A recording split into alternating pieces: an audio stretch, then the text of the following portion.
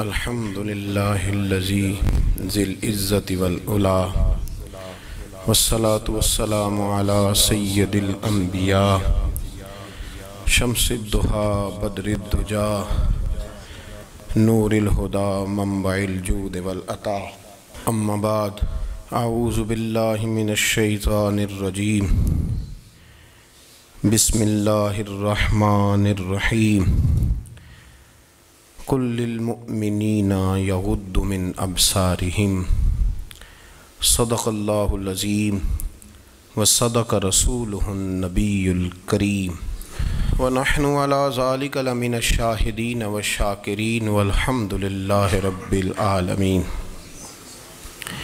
ان اللہ وملائکتہ یصلون علی النبی یا ایہا الذین آمنوا صلوا علیہ وسلموا تسلیما الصلاة والسلام علیک یا سیدی یا رسول اللہ وعلی آلک واصحابک یا سیدی یا حبیب اللہ۔ تمام تعریفیں حمد و ثنا اللہ تبارک و تعالی کے لیے، درود و سلام نبی اکرم نور مجسم شفیع معظم آقا کل ختم رسول دانائے سبل احمد مجتبی جناب حضرت محمد مصطفیٰ صلی اللہ تعالی علیہ وسلم کی ذات والا صفات کے لیے حمد و صلات کے بعد، اسلام فطرت کے عین مطابق دین ہے۔ نبی پاک صلی اللہ تعالی علیہ وسلم نے فرمایا ہے کہ میں اخلاق عالیہ کی تکمیل کرنے کے لیے دنیا میں آیا۔ جتنے اخلاق ہو سکتے تھے، جتنی خوبصورتیاں ہو سکتی تھیں، جتنی اللہ کو محبوب تھیں، وہ ساری میرے نبی کریم نے بیان فرمائی، ساری رسول کریم صلی اللہ تعالی علیہ وسلم نے بیان کر دی ہیں، جتنی خوبصورتیاں ہو سکتی تھیں۔ کچھ لوگ ایسے ہوتے ہیں جو بیچارے بائی نیچر ہی کچھ پریشانیوں کا شکار ہوتے ہیں، اور قرآن مجید نے جو ارشاد فرمایا نا کہ کچھ لوگ نفس کی خواہش کو اپنا خدا بنا لیتے ہیں، تو وہ بلا وجہ بھی بہت ساری باتیں کرتے ہیں جن کا کوئی وجود نہیں ہوتا۔ عورت کو حقوق دلانے کے لیے بہت سارے لوگ بہت ساری غلط باتیں کرتے ہیں۔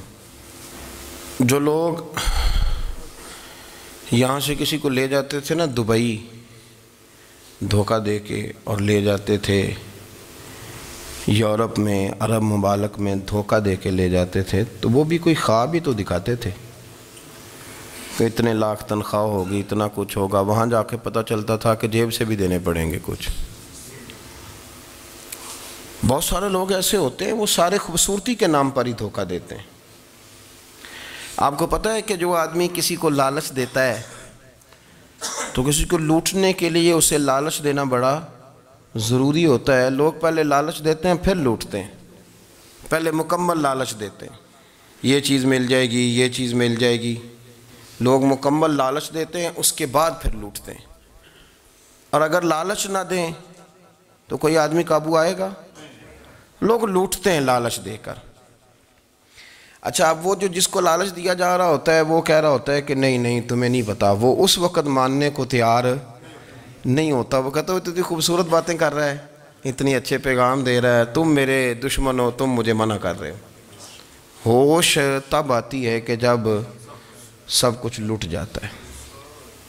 عورت کو ویسے بھی قابو کرنا بڑا آسان ہوتا ہے۔ اعلیٰ حضرت بریلوی رحمۃ اللہ علیہ فرماتے ہیں بیٹیاں نازک شیشیاں ہوتی ہیں، ان کو تو ذرا سی چوٹ لگے تو ٹوٹ جاتی ہیں۔ دیکھیں کتنا بڑا جملہ کہا بریلی کے امام، نازک شیشیاں ہیں۔ ذرا کوئی آدمی گمراہ کرتا ہے، ذرا خراب کرتا ہے۔ اب دیکھیں نا، یہ جو بچیوں کو بچے مس گائیڈ کرتے ہیں، انہیں بڑے بڑے خواب دکھاتے ہیں، وہ بیچاری ماں باپ کو چھوڑ کے، بہن بھائی کو چھوڑ کے اس کے ساتھ شادی کرتی ہے، پھر جو اس کا بعد میں اشر ہوتا ہے، آپ ادلیاں نو سردار پہن تکے تے شرما والیاں نو چوٹے ڈولیاں دے۔ پھر وہ بیچاری ماں باپ رکھتے نہیں، وہ ظلم کرتا ہے تو کتنی بڑی تکلیف میں وہ بچی آ جاتی۔ نازک شیشی ہوتی ہے نا تو ٹوٹ جاتی. یہی حال اب جدید خواتین اور یہ جو کچھ اینکر پرسن ہیں، یہ اصل میں نا یہ آپ کو سیاست سکھاتے ہیں، لیکن یہ مادر پیدر آزاد لوگ ہیں، بالکل آزاد. یہ تو علماء شور نہ کریں، بات نہ کریں، گفتگو نہ کریں، مشائخ بات نہ کریں، اور یہ جو کچھ سنجیدہ اور دینی طبقہ ہے یہ کچھ شور نہ کرے، یہ تو روڈوں پہ ننگے ہو کے آ جائیں معاذ اللہ. خوفناک نظریہ رکھتے ہیں یہ لوگ. عورت کو کہتے ہیں تیرے حقوق ہم تجھے لے کے دیں گے. مثلاً وہ کون سا حق ہے جو تم نے لے کے دینا ہے؟ میرے نبی کریم صلی اللہ علیہ وسلم اس کو بیٹی بھی بنایا ہے، اس کو بہن بھی بنایا ہے، اس کو ماں بھی بنایا ہے، اسے بیوی کا عالی شان رتبہ بھی عطا فرمایا ہے. اور چونکہ بیٹی کا بھی حق بڑا بیان کیا جاتا ہے، بہن کا بھی، ماں کا بھی. اور بیوی کے معاملے میں لوگ سمجھتے ہیں کہ زیادہ بات نہیں کرنی چاہیے، شاید مسئلہ خراب ہو جائے. حالانکہ نبی پاک صلی اللہ تعالیٰ علیہ وسلم نے بیوی کے بارے میں پتہ کیا فرمایا؟ فرمایا جب تم نکاح کر لیتے ہو تو اپنا ایمان محفوظ کر لیتے ہو. اب میں اس کی شرح نہیں کرتا، اب خود کر لیجئے گا کہ وہ ایک ایسی شخصیت ہوتی ہے کہ جس کی موجودگی میں آپ کا ایمان محفوظ ہے.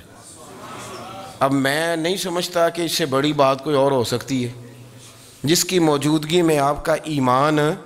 اور بھئی یہ حدیث پاک عرض کر رہا ہوں، نکاح جب کوئی کر لے تو اس نے اپنا ایمان مکمل کر لیا. اس کا معنی یہ ہوا کہ آپ کا ایمان محفوظ ہے اس کی موجودگی میں. تو اس سے زیادہ بھی، یعنی ایمان سب سے قیمتی چیز ہے نا، تو اس کے محفوظ ہونے کی وجہ حضور نے نکاح بیان کر دی. اب میرا خیال ہے بی بی اگر کوئی اس سے بڑا حقوق مانگے گی تو بیوقوفی کرے گی. اتنا بڑا درجہ نبی کریم نے اسے عطا کر دیا، اتنا بڑا مقام دے دیا کہ تو خامند کے ایمان کے محفوظ ہونے کا ذریعہ بن گئی ہے. عورت کو جو حقوق رسول کریم صلی اللہ تعالیٰ علیہ وسلم نے عطا فرمائے، نبی پاک نے جو حقوق دیے، دیکھیں نا، حضرت عبداللہ ابن عمر رضی اللہ تعالیٰ عنہ کی اہلیہ بیمار تھی تو جلدی جلدی سے وہ آئے. تو جب بہت جلدی ہو، سفر بڑا شدید تھا، تو آپ نے جلدی سے نماز ادا کی، جلدی سے چلے. آپ کے خادم کہنے لگے حضور خیریت ہے؟ فرمایا میری بیوی بیمار ہے. تو اس نے عرض کی حضور آپ کی اہلیہ بیمار ہے، تو آپ نے نماز بھی جلدی سے پڑھی، سفر بھی جلدی جلدی کیا. تو فرمانے لگے یہ وہ چیزیں ہیں جو ہمیں مدینے والے رسول نے سکھائی. آپ اس کیفیات کو سمجھیں کہ حضور صلی اللہ علیہ وسلم نے درس دیا. اور پھر ایک اور بہت بڑی بات، یہ فضیلت کسی اور کو نہیں دی. جو عورت کو حضور نے فضیلت دی، یہ فضیلت کسی اور کو نہیں دی. کبھی حضور نے فرمایا کہ تمہارا ابا تمہارے ساتھ بہت سخت رویہ کرے تو تم نے اس کو اس سختی پر داد دینی ہے. فرمایا چلو اگر وہ زیادتی بھی کرے تو تم نے اس کے ساتھ سلوک اچھا ہی کرنا ہے. لیکن آپ ایک بات کو سمجھے نا کہ بچے کے بارے میں، بیٹے کے بارے میں، بیٹی کے بارے میں فرمایا 10 سال کے ہو کے نماز نہ پڑھیں تو سختی کرو، تمہارا ڈنڈا بھی لٹکنا چاہیے. بہت ساری جگہوں پہ بہت سارے لوگوں کے لیے سختی کا حکم دیا، لیکن عورت کے لیے حضور نے جو جملے کہے، اصل میں ہم سمجھتے ہیں کہ یہ ایک بات ہے، مشہور ہو گئی ہے روایت حدیث، تو بس اس کے پس منظر پر اور جملوں کے حسن پر شاید معاذ اللہ غور کرنے کی ضرورت نہیں. ذرا اس لفظ کی تاثیر پر غور کریں. حضور نے فرمایا عورت ٹیڑھی پسلی سے پیدا کی گئی ہے، یہ ٹیڑھی ہے، اس کو سیدھا کرنے کی کوشش کرو گے تو ٹوٹ جائے گی. تو حضور پھر ہمارے لیے حکم کیا ہے؟ فرمایا جیسی ہے تم اسی کے ساتھ نبھا کرو. آپ سمجھیں کہ اتنا محفوظ حضور نے درجہ دے دیا بی بی کو، اتنا محفوظ کہ فرمایا غلطی بھی ہو تو میرے غلاموں تم اس کے ساتھ نبھا کرو، گزارا کر لو. کو کیا اور حق چاہیے عورت کو، جس کو اس کی غلطیوں سمیت نبی پاک نے قبول کرنے کا حکم دے دی کہ اس کی کمزوریوں سمیت قبول کر لو. اب اس کو اور کیا، کوئی کمزوریوں سمیت قبول کرتا ہے؟ کبھی آپ دکان پہ بیٹھے ہو تو آپ کہیں بھی اس میں یہ بھی غلطی، میرے مال میں یہ بھی کمزوری ہے، یہ بھی کمزوری ہے، یہ بھی کمزوری ہے، تو کر لے قبول. کرتا ہے کوئی شخص ایسا ہو جو کسی چیز کی کمزوریاں بیان کر کے کہ اسے قبول کرو؟ پر رسول کریم صلی اللہ تعالیٰ علیہ وسلم نے نا ہمیں سبق دیا، حضور نے ہمیں درس دیا، نبی پاک نے ہمیں پیغام دیا. فرمایا یہ ٹیڑھی ہے، سیدھی کرنے کی کوشش کرو گے تو بیچاری ٹوٹ جائے گی، تو اس کے ساتھ نبھا کر جاؤ. آپ میری بات کو سمجھیے گا. چلیں میں اس پر ایک اور بخاری مسلم کی حدیث پڑھتا ہوں. حضرت سلمان فارسی رضی اللہ تعالیٰ عنہ اور حضرت ابو دردہ کے درمیان بھائی چارہ تھا۔ مکے سے مدینے جب لوگ آئے تو حضور نے بھائی بھائی بنایا تھا، ان کے درمیان بھائی چارہ تھا، تو ابھی پردے کی آیات نازل نہیں ہوئی تھیں تو لوگ ایک دوسرے کی طرف جاتے تھے۔ حضرت سلمان فارسی رضی اللہ تعالیٰ عنہ حضرت ابو دردہ رضی اللہ تعالیٰ عنہ کے گھر میں تشریف لے گئے تو دیکھا کہ ان کی بیوی بڑی غمگین بیٹھی ہیں۔ تو ہم نے فرمایا بہن کیا ہوا؟ تو کہنے لگی تمہارے بھائی کو دلچسپی کوئی نہیں رہی، ہر روز روزہ رکھ لیتا ہے اور ساری رات نفل پڑھتا ہے۔ حضرت سلمان فارسی کہنے لگے ٹھیک ہے کر لیتے ہیں بندوبست۔ نماز دین ہے کہ نہیں؟ دین ہے نا یہ چیزیں۔ لیکن حضرت سلمان فارسی جناب ابو دردہ سے کہنے لگے آج میں نے تیرے گھر میں رہنا رات کو، کیونکہ وہ تو ساری رات نماز پڑھتے تھے، نفل پڑھتے تھے۔ انہوں نے کہا ٹھیک ہے، ایک بستر لا کے بچھا دیا حضرت سلمان فارسی کے لیے۔ سلمان فارسی فرمانے لگے دوسرا بھی لا۔ کہا وہ کیا کرنا ہے؟ فرمانے لگے تو نے بھی سونا ہے، میں نے بھی سونا ہے، تو نے بھی سونا ہے، عشاء پڑھیں گے اور پھر دونوں سوئیں گے۔ کہا میں نے تو نماز پڑھنی ہے۔ فرمایا تہجد کے وقت اٹھ کے پڑھیں گے، اللہ کے رسول بھی رات آخری حصے میں جا کے نماز پڑھتے ہیں۔ ادھر ساتھ سلا لیا، وہ تھوڑی کو دیر سوئے، اب عادت تھی ساری رات اٹھنے کی، ذرا اٹھنے لگے بستر سے تو حضرت سلمان فارسی فرمایا چپ کر کے سو جا، وہ بڑی رات پڑی ہوئی، چپ کر کے سو جا۔ وہ لیٹ گئے، پھر اٹھنے لگے تو فرمایا سو جا چپ کر کے، بڑا ٹائم ہے۔ سحری کے وقت اٹھے، نفل پڑھے، ان کا ارادہ تھا روزہ رکھنے کا، تو فرمانے لگے کل رکھا تھا نا نفلی روزہ؟ جی رکھا تھا، پرسوں بھی رکھا تھا، ترسوں بھی رکھا تھا۔ فرمایا آج نہیں رکھنا، آج میں تیرا مہمان ہوں، سارا دن کٹھے مل کے روٹیاں کھائیں گے، آج نہیں روزہ رکھنا۔ سلا دیا۔ اب حضرت ابو دردہ رضی اللہ تعالیٰ عنہ کہہ تو کچھ نہ سکے، پر کہنے لگے سلمان تم پتہ ہے تم کیا کر رہے ہو؟ نہ تم نے مجھے رات اٹھ کے زیادہ نفل پڑھنے دیے، سویرے روزہ نہیں رکھنے دیا۔ تو حضرت سلمان فارسی کہنے لگے کوئی لمبی بات تو نہیں نا، چلتے ہیں نا ابھی فجر میں مسجد نبی میں، تو نبی پاک کو بتاتے ہیں۔ سرکار دو عالم علیہ السلام کی خدمت میں تو اپنی بات کرنا، میں اپنی کروں گا، حضور نتیجے کا اعلان فرما دیں گے، بات طے ہو جائے گی۔ حاضر خدمت ہوئے، عرض کی یا رسول اللہ صلی اللہ تعالیٰ علیہ وسلم یہ ساری رات نفل پڑھتے ہیں، ہر روز روزہ رکھتے ہیں، ان کی اہلیہ غمگین بیٹھی ہیں، حکم فرمائیں۔ تو نبی پاک صلی اللہ علیہ وسلم نے فرمایا پھر ہوا کیا؟ یا رسول اللہ میں نے رات سلایا ہے، سحری میں اٹھایا ہے، سویرے روزہ نہیں رکھنے دیا۔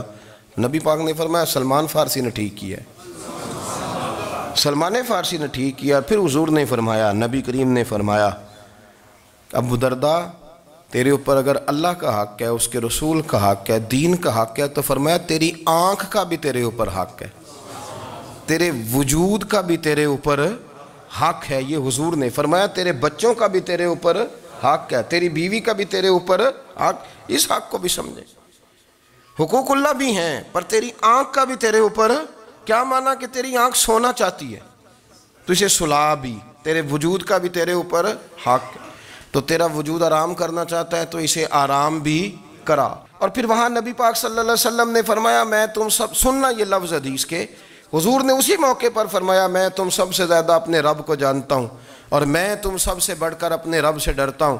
حضور فرمانے لگے میں روزہ بھی رکھتا ہوں، افطار بھی کرتا ہوں، یعنی کبھی رکھتا ہوں اور کبھی نہیں رکھتا۔ فرمایا میں نفل بھی پڑھتا ہوں اور اپنی بیویوں کو وقت بھی دیتا ہوں۔ سرکار مسجد میں بھی آتے تھے، نواسوں کے ساتھ کھیلا بھی کرتے تھے، ان کے ساتھ پیار بھی کرتے تھے۔ تو اتنے بڑے حقوق حضور نے بیان فرمائے عورتوں کے کہ تمہاری بیوی کا بھی تمہارے اوپر۔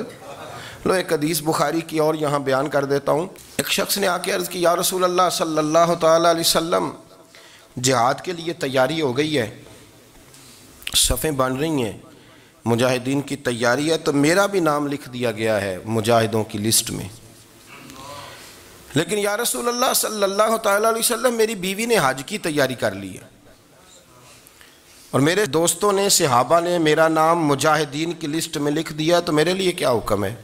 یہ بخاری مسلم ہے۔ تو نبی پاک صلی اللہ تعالیٰ علیہ وسلم نے فرمایا جہاد پہ کوئی اور چلا جائے گا تو بیوی کے ساتھ حج کرنے جا، اسے محرم کی ضرورت ہے، وہ تیرے بغیر کیسے جائے گی؟ مجاہدین کو تو اور مجاہد مل جائے گا، پر تو اپنی بیوی کے ساتھ جانا۔ نبی پاک صلی اللہ علیہ وسلم نے مرد کو محافظ بنایا ہے، عورت کو مرد کا قیدی نہیں بنایا، بلکہ عورت کو حفاظت عطا کی اور مرد کو اس کا محافظ بنایا۔ اب بچیاں آزاد ہونا چاہتی ہیں، اور آزادی بھی وہ والی کہ جو بنیادی طور پر آزادی نہیں، فحاشی ہے۔ میں نے بہت پہلے کہا ہے کہ اسلام بیٹیوں کو قیمتی سمجھتا ہے، جس بندے کے پاس 20 تولے سونا ہو وہ چوک میں لے کے نہیں آتا، وہ قیمتی چیز ہے، اس نے چھپا کے رکھی ہوتی ہے۔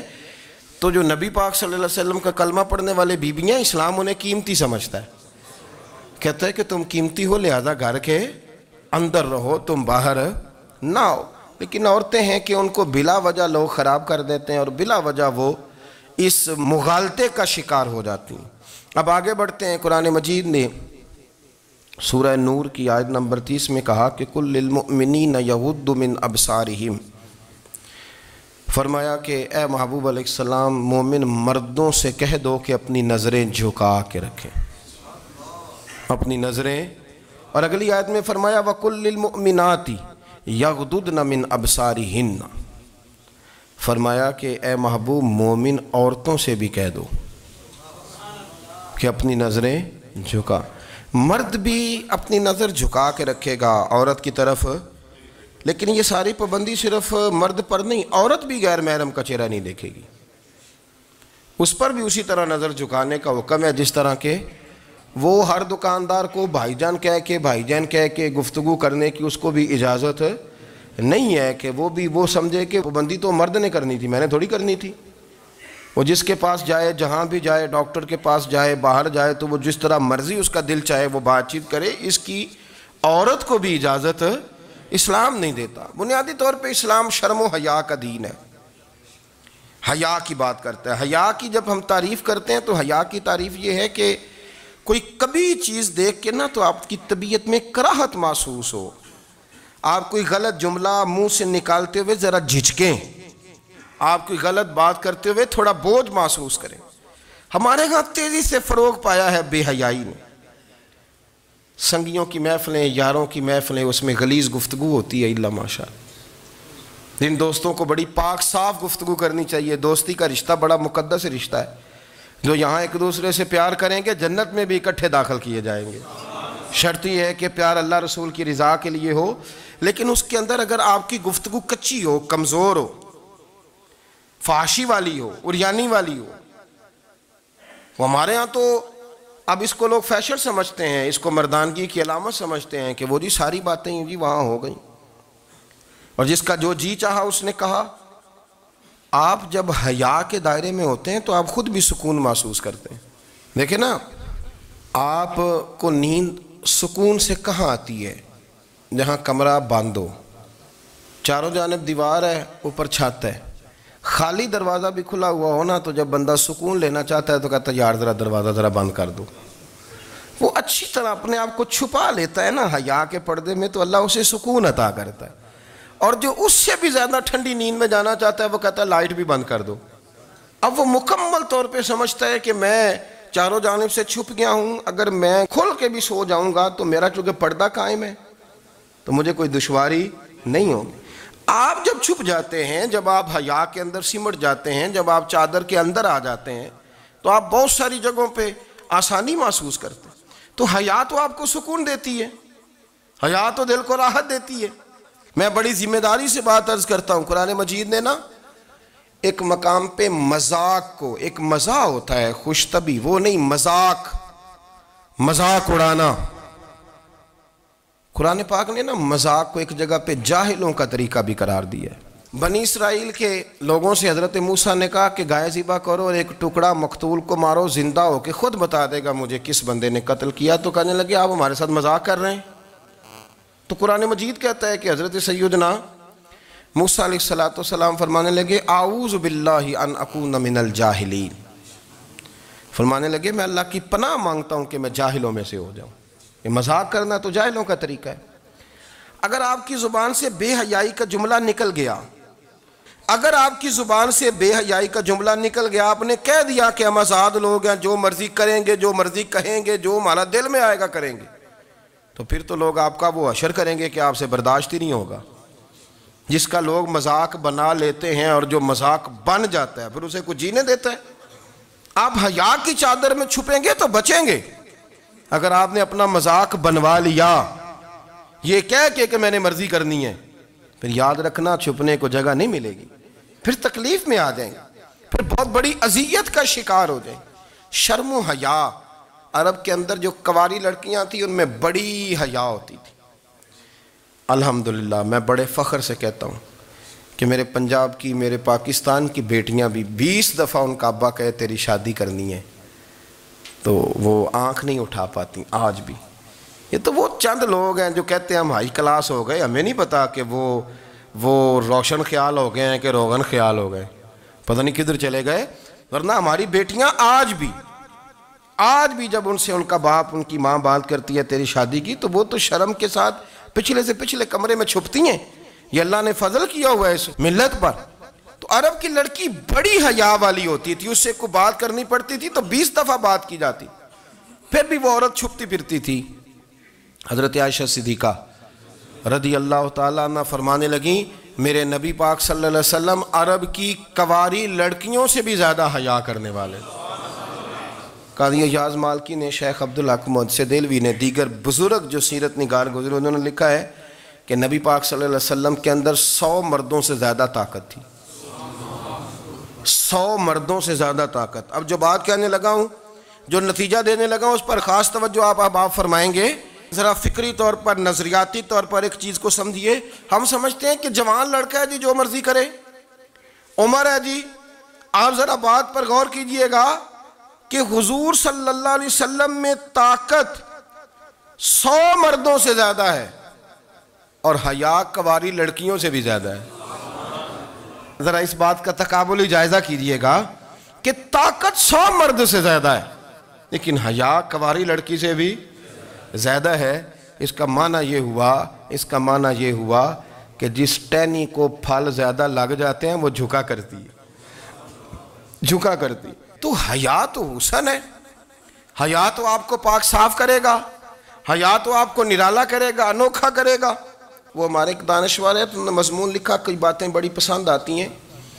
وہ کہتے ہیں کہ میری اہلیہ، ان کو بھی کسی نے مس گائیڈ کر دیا تھا، حالانکہ اچھی خاتون ہے، کسی نے مس گائیڈ کر دیا۔ تو وہ بھی سماجی اور ویلفیئر اور یہ خواتین کو شوق ہوتا نا بننے کا، تو وہ بھی سماج کے اندر اچھا مقام تلاش کرنے کے موڈ میں آ گئی۔ تو کہیں ایک دن جانا تھا تو بڑی بن سنور کے میرے ساتھ وہ گاڑی میں بیٹھ گئی۔ تو میں گاڑی میں، عورتوں کو یہ بھی مسئلہ ہوتا ہے نا کہ ہماری تعریف کرو، تو کئی دفعہ بعد مردوں بیچاروں کو جھوٹ بولنا پڑتا ہے، تو زبردستی کراتی ہیں نا جی۔ تو اس میں گنجائش بھی دی ہے شریعت نے گنجائش دی ہے کہ کبھی بیوی کو راضی کرنے کے لیے خلاف واقعہ بات کرنی پڑے تو کر لینی چاہیے، تو وہ کراتی بھی ہیں۔ 3 موقع پر خلاف واقعہ بات کرنے کی اجازت ہے، واقعے کے خلاف بھی آپ بات کر سکتے ہیں۔ جنگ کے موقع پر 2 لوگوں کو صلح کرانے کے لیے اور بیوی کو راضی کرنے کے لیے کر لیں کوئی ایسی بات، بے شک اپنی طبیعت پہ جبر کر کے کر لیں، گنجائش ہے، اجازت ہے۔ تو وہ کہتے ہیں جب وہ گاڑی میں میرے ساتھ بیٹھی بن سنور کے، تو وہ تقاضا کرنے لگی کہ میں نے بڑے اچھے کپڑے پہنے ہیں پر آپ نے توجہ نہیں کرائی۔ تو وہ سیاںا بندہ تھا، وہ چاہ رہا تھا کہ میری خاتون سمجھ جائیں۔ وہ کہتے ہیں مجھے پتہ تھا کہ بیچاری مس گائیڈ ہو گئی ہے، دل کی بڑی اچھی ہے، سیاਣੀ ہے، لیکن اس کو کچھ خواتین نے، کچھ لوگوں نے مل کے اس کو ذہن غلط کر دیا ہے کہ سماج میں نکلو، باہر جاؤ، کام کرو، فلاں کرو، اپنی مرضی سے جیو۔ تو میرے ساتھ گاڑی میں بیٹھی کہیں جانے کے لیے، تو مجھ سے کہنے لگی کہ آپ نے میری طرف توجہ ہی نہیں کی، آپ نے کوئی ذکر ہی نہیں کیا کہ میں کیسی لگ رہی ہوں۔ تو وہ کہتے ہیں میں نے اسے کہا کہ اگر تو ناراض نہ ہو تو پھر میں صحیح والی تعریف کر دوں۔ تو اس نے کہا کہ آپ کر دیں۔ تو کہتے ہیں میں نے درد سے اور خلوص سے اپنی بیوی سے کہا، خلوص کے ساتھ میں نے کہا میں تو روز گھر ہوتا ہوں، روز شام کو گھر ہوتا ہوں، اگر تو میرے لیے تیار ہوتی تو میں تیری تعریف کرتا، لیکن آج تو باہر جانے کے لیے تیار ہوئی، تو پھر ان سے تعریف کی امید رکھ جن کے لیے تو نے تیاری کی ہے۔ میرے لیے تیاری کرتی تو میں تو ہر شام تیرے پاس ہوتا ہوں۔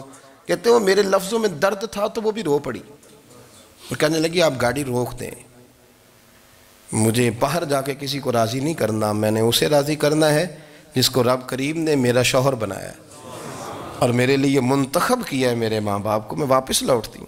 یہ ایک پہلو ہے سلگتا ہوا، اس کو سمجھا جائے۔ رسول کریم صلی اللہ علیہ وسلم عرب کی کواری لڑکیوں سے زیادہ حیا والے تھے، کواری لڑکیوں سے زیادہ حضور حیا فرمایا کرتے تھے۔ جب خانہ کعبہ کی مکہ شریف میں تعمیر ہو رہی تھی نا، اہل عرب اس کو تعمیر کر رہے تھے، تو نبی پاک صلی اللہ علیہ وسلم اپنے چچا حضرت عباس کے ساتھ خانہ کعبہ کی تعریف میں مصروف تھے۔ تو عرب کے لوگ چونکہ لمبا کرتا پہنتے تھے پیروں تک، تو نیچے اگر کسی وقت کوئی چیز نہیں بھی ہوتی تھی تو کسی کو وہ نظر نہیں آتی تھی، چونکہ پردہ رہتا تھا، ایک لمبا کرتا پہنا ہوا ہوتا تھا۔ تو جب بچے، سرکار کی عمر مبارک بھی ابھی تھوڑی تھی، تو اس طرح بچے جب نکلتے تو وہ کئی دفعہ اپنی تہمت اتار دیتے نیچے سے، اور کوئی مزدوری کرنے لگتے تو 3-4 طے کر کے نا تہمت کی کندھے پہ رکھ لیتے، جس طرح کبھی دیہاتوں میں لوگ کپڑا سر پہ رکھتے تھے کہ اوپر اگر کوئی وزنی چیز رکھیں گے تو وہ تکلیف نہیں دے گی۔ نبی پاک صلی اللہ علیہ وسلم بھی سب لوگوں کے ساتھ خانہ کعبہ کی تعمیر میں شامل تھے۔ تو حضرت عباس رضی اللہ تعالیٰ عنہ نے کہا حضور سے، ابھی اعلان نبوت بھی نہیں فرمایا تھا، بھتیجے آپ بھی تہمت اتاریے، یہ صحیح مسلم میں حدیث موجود ہے، اور اس کو کندھے پہ رکھ لیجیے، آپ اینٹیں اٹھا کے لا رہے ہیں تو ذرا آپ کو تکلیف نہیں ہوگی۔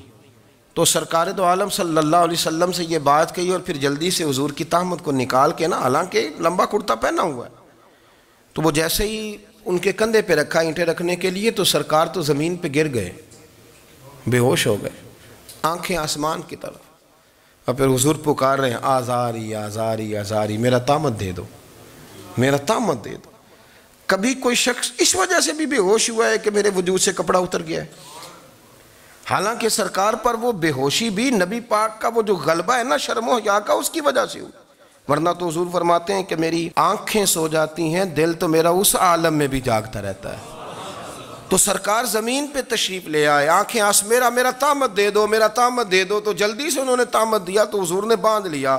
پھر طبیعت مبارک میں تسلی ہوئی، یعنی ہم اس رسول کے غلام ہیں کہ جن کے تو وجود سے کپڑا اتر جائے تو حضور برداشت نہیں کرتے، قبول نہیں فرماتے، تکلیف شروع ہو جاتی۔ لیکن یہاں نوجوان ہیں اور بڑا قد کاٹ ہے اور بڑے بڑے سمجھدار لوگ ہیں، گرمی آتی ہیں تو شارٹ کپڑے پہن کے گھومتے ہیں، ان کو خیال نہیں کہ یہ وہ والا لباس ہے جو باہر تو کیا گھر میں اماں کے سامنے نہیں پہننا چاہیے، بہنوں اور بیٹیوں کے سامنے نہیں پہننا چاہیے۔ آپ کی گفتگو میں شرم و حیا ہو، آپ کے لب و لہجے کے اندر حسن ہو۔ آپ کو پتہ ہے نبی پاک صلی اللہ علیہ وسلم نے فرمایا میری امت میں سب سے زیادہ حیا کرنے والے عثمان غنی ہیں، عثمان غنی سب سے زیادہ حیا کرنے والے۔ آپ فرمایا کرتے تھے جب سے حضور کا چہرہ دیکھا ہے میں نے کبھی اپنی شرمگاہ بھی نہیں دیکھی، میں نے آنکھوں کا وضو نہیں توڑا، اور جب سے حضور کے دست مبارک میں نے بیعت کے لیے سیدھا ہاتھ بڑھایا تو پھر سیدھا ہاتھ میں نے کبھی گندگی کو نہیں لگایا، حیا تھی۔ آپ باتھ روم کے اندر بھی غسل فرماتے تھے تو کپڑوں سمیت کرتے تھے۔ کسی نے کہا حضرت جی واش روم کے اندر کیوں نہیں کپڑے اتارتے؟ آپ فرمانے لگے باہر بندوں سے حیا کرتا ہوں، اندر جاتا ہوں تو رب سے حیا آنی شروع ہو جاتی، وہ تو دیکھ رہا ہے نا۔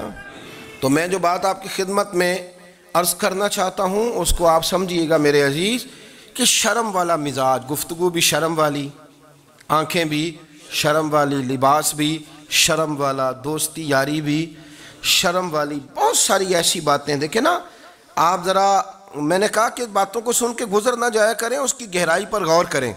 حضور علم کا سمندر ہے، سرکار سے زیادہ علم دنیا میں کسی کے پاس موجود نہیں ہے، اور صحابہ کو موقع ملا ہوا ہے اس سمندر سے فیض لینے کا، لیکن ان کی حالت یہ ہے کہ حضرت علی المرتضیٰ فرماتے ہیں 14 دن گزر جاتے، حضور سے کوئی سوال پوچھنا ہوتا تھا پر میں شرم کے مارے نہیں پوچھ پاتا تھا۔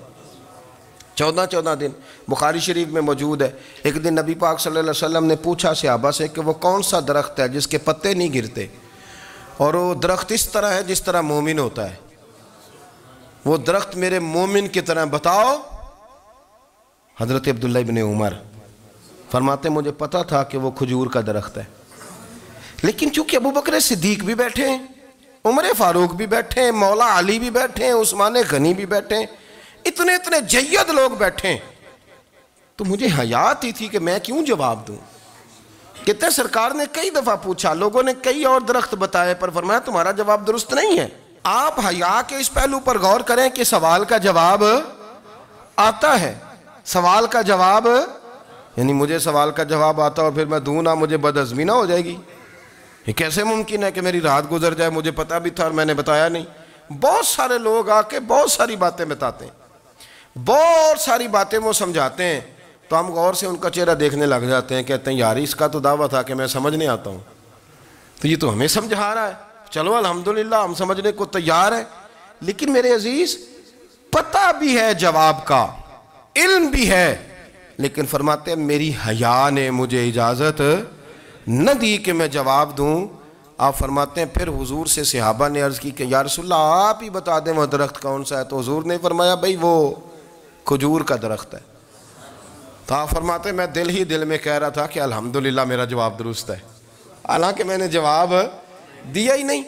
تو لفظوں میں حیا، جملوں میں حیا، آنکھوں میں حیا، اٹھنے میں حیا، بیٹھنے میں حیا، چلنے میں حیا ایک خوبصورت حسن ہے۔ اور نبی پاک صلی اللہ علیہ وسلم نے فرمایا جب تو بے حیا ہو جائے نا پھر تو آزاد ہے، پھر تو جو مرضی کا، پھر تو جو۔ اس لیے بزرگ جب کسی کو بے حیا کہتے تھے نا، اللہ اکبر، اور جب کسی کو کہتے تھے نا یہ بے حیا ہے تو لوگ سمجھتے تھے کہ کوئی ہلکی سی بات کر دی ہے، لیکن ان کا معنی یہ ہوتا تھا کہ بس بھئی اب اس کے ساتھ کوئی کلام کرنے کی ضرورت ہے، اس کو اب اصلاح کی ضرورت نہیں، یہ بے حیا ہے۔ کیا معنی؟ کہ اب یہ جو اس کے دل میں آئے گا وہ کرے گا، جو اس کی طبیعت چاہے گی وہ کرے گا، اب یہ کسی پہلو بھی قابو آنے کو تیار بے حیا ہو گیا۔ بے حیائی بہت بڑا عیب ہے۔ اور جو لوگ کہتے ہیں کہ ہمیں بالکل آزادی ہونی چاہیے، ہمارا اپنا جسم ہے تو ہماری اپنی مرضی چلے گی۔ ایک وزیر صاحب ہیں، پتہ نہیں میں ان کو جانتا تو نہیں، انہوں نے سینٹ میں تقریر کی ہے، میں نے ان کی بات سنی ہے۔ اس نے کہا نہیں نہیں بھائی، جسم رب کا ہے تو مرضی بھی تو رب کریم کی چلے گی، اور مرضی بھی یہ مرضی بھی اللہ کی۔ یہ مجھے تھوڑا سا مسئلہ ہے جسم پر، کبھی کبھی مجھے کثرت سفر سے الرجی ہو جاتی ہے۔ میرے ساتھ لوگ نا دل سے پیار کرتے ہیں، شاید ہی کوئی اچھا ڈاکٹر ہو جس تک میرے سنگی مجھے لے کے نہ گئے ہوں، پر جسم اللہ کا ہے نا، مرضی بھی جب وہ چاہے گا صحت دے گا۔ کیوں کچے کاموں میں لوگ پڑ گئے، کیوں غلط لوگ سوچ میں پڑ جاتے ہیں؟ یہ اسی کا ہے، اور جب وہ چاہے گا، آپ اس بات کو اچھے طریقے سے سمجھ لیں کہ جو اپنی مرضی چوکوں چوراہوں میں کر رہے ہوتے ہیں نا، جو مرضی گند مند، وہ جانور ہوتے ہیں، وہ جانور ہوتے ہیں جو نہ چونک دیکھتے ہیں نہ گلی دیکھتے ہیں، نہ انہیں پتہ ہوتا ہے کہ جگہ کون سی ہے۔ وہ انسان، میں نے کہہ دیا جو میں نے کہنا تھا، میں نے کہہ دیا، وہ جانور ہوتے ہیں۔ اور جو کچھ انسان ہوتے ہیں نا، ان کے اندر کچھ نہ کچھ پھر شرم حیا بھی ہوتی ہے۔ وہ چوکوں چوراہوں میں وہ حرکتیں اور وہ کام نہیں کرتے جو جانور کرتے ہیں۔ ان کے لیے بڑے پردے ہوتے ہیں، ان کے لیے بڑی باتیں ہوتی ہے، ان کے لیے بڑا کچھ ہوتا ہے۔ جو بالکل آزاد ہو جائے، کوئی پتہ نہ ہو کس وقت کیا کہنا ہے کیا کرنا ہے، تو پھر وہ دائرہ انسانیت سے خارج ہو جاتا ہے۔ ہم آپ کو کیا دعوت دیں؟ آپ تو وہ باتیں کر رہے ہیں جو اسلام کا انسانیت کے حق میں بھی ٹھیک نہیں، آپ تو وہ والی باتیں کر رہے ہیں جن کا انسانیت بھی تقاضا نہیں کرتی کہ یہ باتیں ہونی چاہیے۔ لیکن ایک بات، میں تو جذباتی نہیں ہوتا، میں بڑے غور سے چیزوں کو دیکھتا ہوں، سنتا ہوں، اور نہ میں ان موسمی مینڈکوں کی۔ وہ مجھے عاتق صاحب کہنے لگے جی بڑے بڑے مولوی ایک بندے کے ساتھ بیٹھے ہوئے ہوتے تھے اور وہ روزے میں بڑے بڑے درس دیتا تھا، تو وہ بھی فلانی فلانی حرکتیں کر رہا ہے۔ تو میں نے کہا ہم نے تو پرانا کہا تھا کہ موسمی مینڈک ہے، تو پرانے کہہ رہے ہیں کہ اداکار ہے، تو وہ جہاں کاسٹ کریں گے وہاں وہ اداکاری کرے گا۔ آپ کسی مذہبی جگہ کر لیں تو وہاں کر لے گا، کہیں اور جگہ کریں گے تو ہم تو پرانا کہہ رہے ہیں۔ تو کسی کو کبھی سمجھ آتی ہے تو کسی کو کبھی اور جگہ جا کے سمجھ آتی ہے۔ ہم ان لوگوں سے پریشان نہیں ہوتے، کیوں؟ سن لیں، کوئی مایوسی نہیں، ان کے اندر جتنا زور ہے وہ لگائیں۔ یہ ملک بنا ہے رسول اللہ کے نام پہ، یہ اللہ نے تحفہ دیا ہے امت مسلمہ کو، یہ نبی پاک کے نام پہ بنا ہے، تو یہاں جھنڈا بھی وہی والا بلند ہونا ہے جو مدینے والے رسول کا جھنڈا ہے، اور یہاں وہی کام چلے گا جو نبی پاک نے بیان فرمایا۔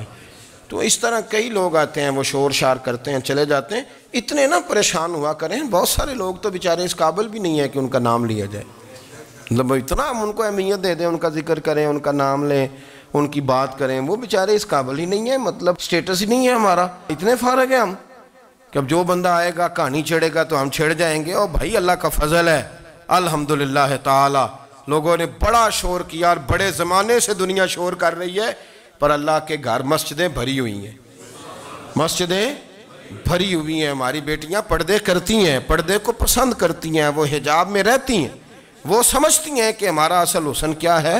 تو یہ پراپوگنڈا پرانا چلا آ رہا ہے، اس کا اللہ کے فضل سے امت مسلمہ پہ نہ کبھی اثر ہوا ہے اور نہ کبھی ہوگا انشاءاللہ۔ اللہ تعالی ہمیں حق پر استقامت عطا فرمائے۔